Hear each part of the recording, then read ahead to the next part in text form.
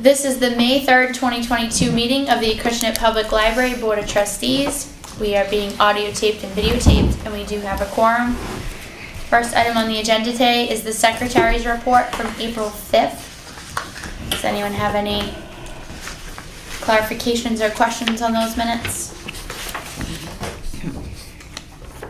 Okay, then we need a motion. Motion to accept the minutes of last Second. month's meeting. All in favor? Aye. Thank you. Okay, moving on to the budget. So you have the report from today, May 3rd, and at this point in the fiscal year, unless you have any specific questions, I mean, it's kind of just is what it is. I mean, operating's 96.1% spent out. The total spent out is 81.9. I've already explained what's going to happen with salary, so unless you have any specific questions, it sort of is what it is at this stage of the game. Anybody have anything? No? All right, I need a motion. Motion. Motion to accept the expense budget as presented? Second. All in favor? Aye. Aye. Thank you. Old business. Update on the FY23 budget? So I know we've talked about this a lot, but the last time we met, the Finance Committee had held voting on the library's budget, and so in case you haven't seen any updates, I just wanted to make sure you know that ultimately they did not approve the full-time position. We can try again next year or another time, but you know, I feel a little, there's never going to be room in our budget to move to create that. We're not a large department that can move $20,000 around to make room for something new.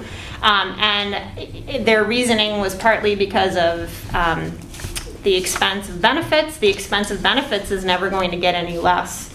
So I feel very, I'll just be blunt and honest, I'm very discouraged that it happened the way that it happened, and I just imagine that every time we ask, we're going to be met with the same thing, unless you all really push back and say this is what you want. And if it doesn't happen before a town meeting, then you get on the floor at town meeting and you fight for it at some point in the future. I really think that's the only way that's ever going to happen, if you rally around and you let your residents know that your public library is the only library in the South Coast that does not have a full-time children's librarian. There might be some families that take that a little personally, or a little disappointed to learn that.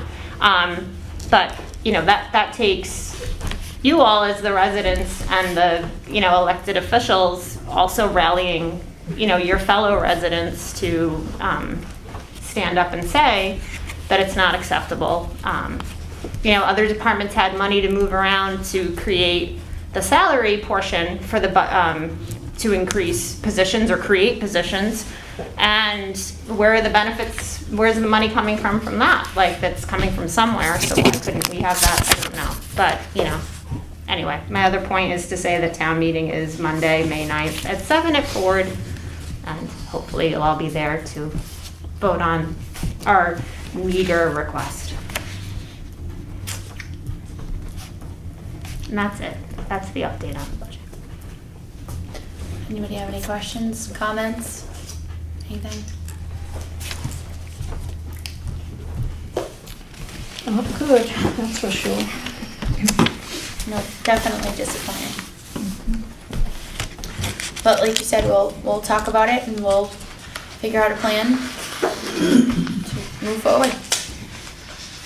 I do think it's Maybe we can take important. some of the school committee's money that they're putting into their library. Though I have to say, it's so unfortunate. I really believe that and I tried to go on record with this last month. It's so unfortunate that the school and the library get pitted against each other. The school committee requested a job that's very necessary for your elementary school, which also did not have a librarian. The same way they had to fight to get the librarian at Ford last year.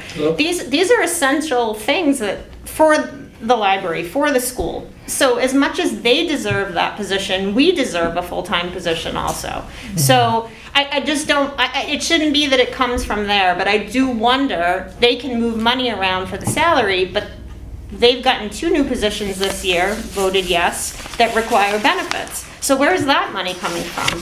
So we can't move around $16,000 for a full-time position. However, you know, the sticking point that I was told repeatedly was that they cannot afford the benefits, but they're benefiting positions that just got created for the schools. So where's that money coming from? That's what I don't understand. But it's not the school committee's fault, Right. and I'm not trying to take anything away from the school department. They Right. should also have a children's librarian at the school. But your public library should also have a children's librarian, because eventually, I mean, it needs to be said, you might have a director who does not have a background as a children's librarian, who won't be able to step in and do programs the way that I've been able to step in and do programs and do things for the room that might not have happened if your director doesn't care as much about the children's room of this library, which is, I can't say enough, the heart of this library, the bread and butter of this library is its children's room.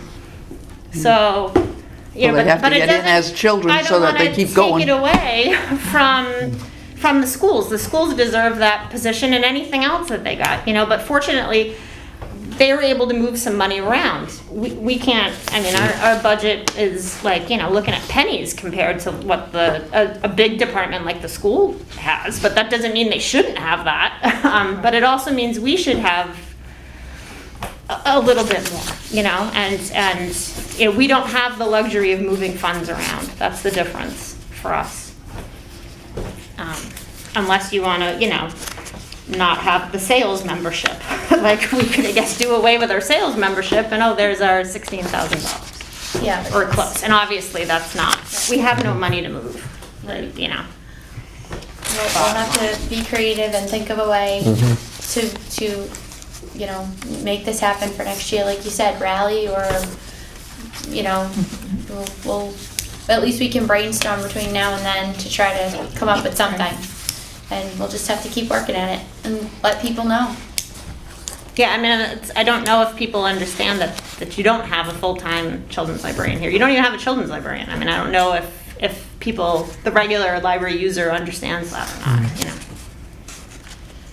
But I would imagine if the services stopped, then they would understand that something was missing. Agreed. Well, we're definitely gonna keep that on the agenda for meetings to come, for sure, Yeah. because it is important. All right, let's move on to the next building projects, update on the building projects. So, as you can see, if you drive through the lot, the pavilion's nearly done. The DPW was here yesterday. They paved the walkway that leads to the pavilion. They reseeded the lawn yesterday, so hopefully we'll have grass there soon. They laid the space for the electric to be put in, which will be done very soon. The building department's also been working diligently out there to finish the stage and to lay down the AstroTurf. So I think it's nearly there, which is great. We are starting outdoor story time tomorrow. Well, it's scheduled to start outdoors tomorrow, but there's like an 85% chance of rain, so chances are it will be inside here in the community room instead of outside, but maybe with any luck next Wednesday will be nice, and outdoor story time can be held in the pavilion next week or at a later date, but the pavilion will be ready at least for it, so that's great. And, you know, of course, as always, thanking the building department and the DPW for their time and their work on that project for us. And in terms of the Wi-Fi, that's also nearly complete. Last week they came one evening to swap out the access points, which was the big remaining piece that needed to be tackled. So that's done. We have a guest line, which our patrons can use, and then we also have a staff line, which is password protected for the staff to use. That's something we didn't have before, so that's great. There's one thing that's missing, and how we hear so much that things are back ordered, or, you know, supplies are hard to come by in some cases, and tech supplies have been impacted, of course, by that. So there's something called a switch that sort of powers it all up and gets it going, I guess. And we have like a loaner switch right now because our switch is been back ordered. So there's one more piece coming, but at least in the meantime, we have the loaner switch, and they'll swap that out when ours comes in. So, a thank you to the people from the EMA who have worked on the project, Tony and Eric, and then also Nick Monticello from finance, who's also wearing an IT hat. So, they were here for a few hours one evening last week to get that done for us in time for this week, because we wanted it done for the outdoor program starting. Have you noticed a difference at all? I haven't done a Zoom call yet, and that's where I was seeing a big impact, Gotcha. was on Zoom calls, but we haven't heard any complaints, which is the biggest piece, I guess, because when you change something, the last thing you want to hear is that it's not as good as it was before. I was just curious. I didn't know I'm curious too to see how had it noticed, goes. like, wow, you get on those, on Right. those sites, like, lickety split. We're pretty quick anyway, but Yeah. we're all using PCs that are wired, so, but, from my phone, I never really had a problem with it, but I think it's when you're doing something that requires more, like, whatever the word would be for that, I don't know. When you're doing Zoom, that's a lot more than checking your email, Checking the wear on something, yeah. that. So, I do have a Zoom call later this week, so I think that'll be the real test, is how it performs with Zoom. But it works really well. The signal's strong out back, and that's one of the things we wanted. So, Great. yeah. And hopefully once we get the furniture out on the deck, people will notice a difference there too. So, That's good. yep. So all good with projects. Anybody have any questions? No? I'm glad the pavilion's gonna be all set. Yes. It's gonna be exciting. Can't wait to hear the feedback from the families on the programs. It's gonna be exciting. Yeah, and our newsletter went out today for May, which we did a sneak peek of what's to come. And I think a big thing that the pavilion's going to be popular for this summer is that outdoor concert series, Yes. which brings Yeah. in a lot of families, but a lot of people who are just coming alone or with some friends. It's a big draw for adults in the summertime, and that's going to be on Wednesday nights at 6 o'clock starting June 22nd, and it runs for through August. And Sandra's been in charge, as always, of booking the acts for that, and she's done a great job of getting a good mix of performers, and we're really looking forward to that. And I think between the family programs and then the concerts, it'll be very well used. I'm sorry, what was that? The date. June 22nd Okay. is the start date, and it'll run through August. And then, hopefully we'll be able to use it into the fall and maybe do a fall concert series. Who knows? Like, it gives a lot of potential. And now that it's nearly done, we can really see, what we'll be able to use it for. Nice job with the newsletter. Thanks. It's so full of stuff. That was a mishmash of, Yeah. hey, I gotta So get much something out there, going but on. let's just do it and hope that it's Yeah. correct. All right. Excellent. Yeah, it gives My- everyone a lot to look forward to. Yes, Yes. exactly. But Yep. kind of the restrictions are coming up. It's going to be outside, so Yep. people won't be nervous. Come to the Exactly. programs. It's going to be great. I agree. Great summer. Yep, I think so too. All right, do you want to move right on to the director's report? Yeah, so the biggest news from April is that we had candidates for the Tech 2 19-hour-a-week position, and we did have someone start in that position last week, which is great. So we're at full staff for the first time since September, which that certainly, as I've tried to indicate before, took its toll for sure, I think, on everybody on the staff, trying to cover for that. But she's here, and that's going really well. She's training now, and that will happen formally with me for at least this week, and most likely next week also, and then it'll be a little less formal as she gets to learn the system and working, with us. So that's our one of our big news pieces. Something else I wanted to highlight is that I was doing some weeding in the children's room because we're out of space there, so trying to weed some items that haven't been borrowed as much recently. And I've now moved into the adult area and started with mysteries. I'm now moving to the fiction collection. But I think that the big thing that, since I've been doing this, is that the only way to make space has been to move some media. So I started with the audiobooks into the periodicals room.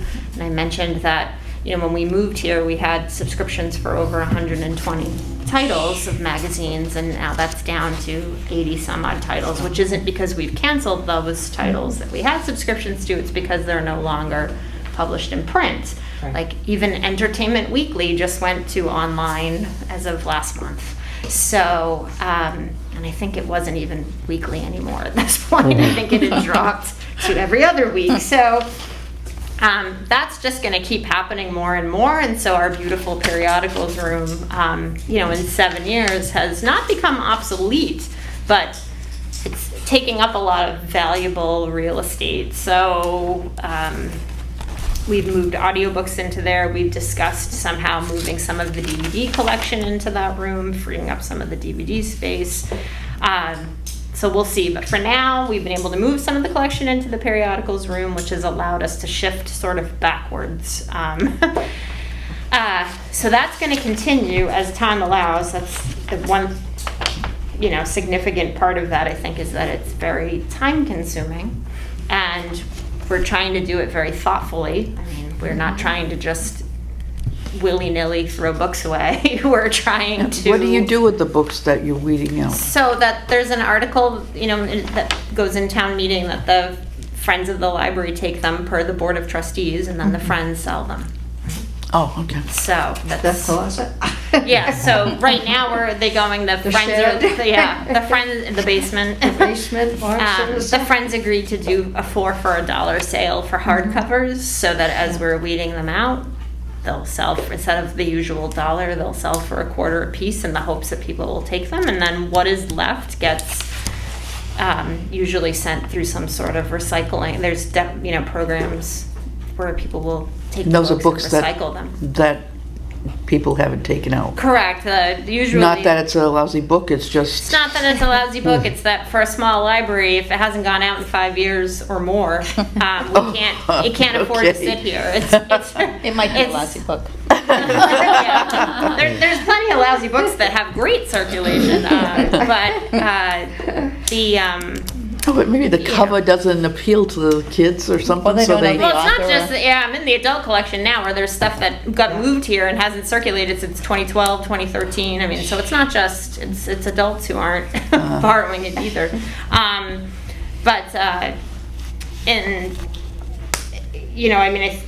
One of the important things to remember is we're not just pulling things off to make room. We are carefully going through each title to figure out, Oh.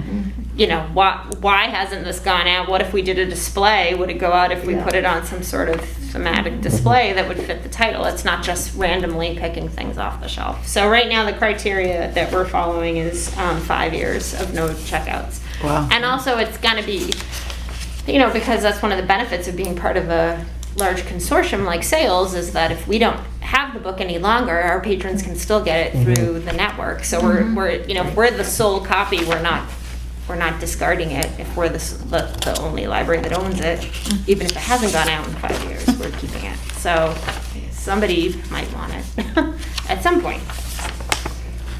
So that's what's happening in the adult area.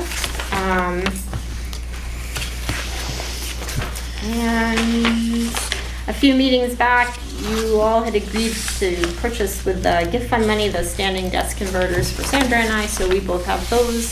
Thank you, and we just got a sit-stand stool for the info desk where people can either sit on the stool or raise it up and be almost standing, with the stool, just like sort of leaning against it. The staff seems pretty happy with that purchase. Does that desk work out really good, though? Yeah, that's, we haven't sat, either of us really, since we've gotten it, so it's serving the purpose of what we both wanted. Good. So yeah, which is great. And they were a lot less expensive than I thought. I think they were only about $120 from the vendor that the town got them from. Oh, that's so great. so it was a lot less than we'd expected. So we're still working on something for the children's room, so that Melissa can be stationed in the children's room when she's here, but I haven't found the right that was the cart type of Yeah, thing. some that you were sort of thinking a about, cart right? where she Yeah, could at yeah. least be in there with a computer, but that when she's not there, the computer wouldn't be just sitting in there or taking up space. The space is so valuable in that room because it's so crowded as it is. So something portable, but we haven't quite found what we think will work yet. So still working on that. But other than that, I think those are the highlights. Sounds like a lot. Yeah, sometimes when I go to write that, I'm like, oh, it's not that much that happened, and then I start looking at the calendar or thinking about it, and it's a lot more than I realized. Do we want to set the date for the next meeting? Yep. So we got, I don't know, the next couple of months are gonna be. Yeah, June. Everybody's on vacation, everybody trying to use up their time before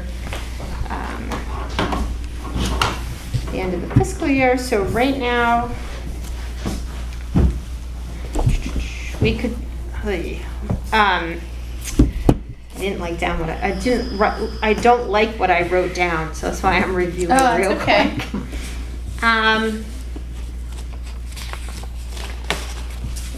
We would be looking at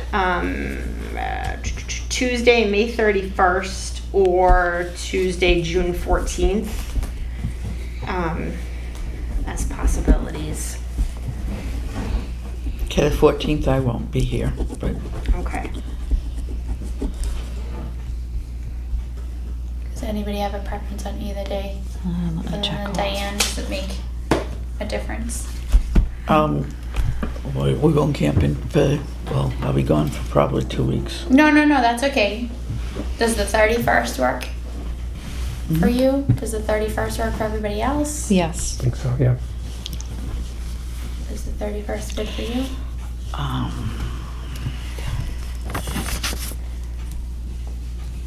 At 4? Does that work? That's good?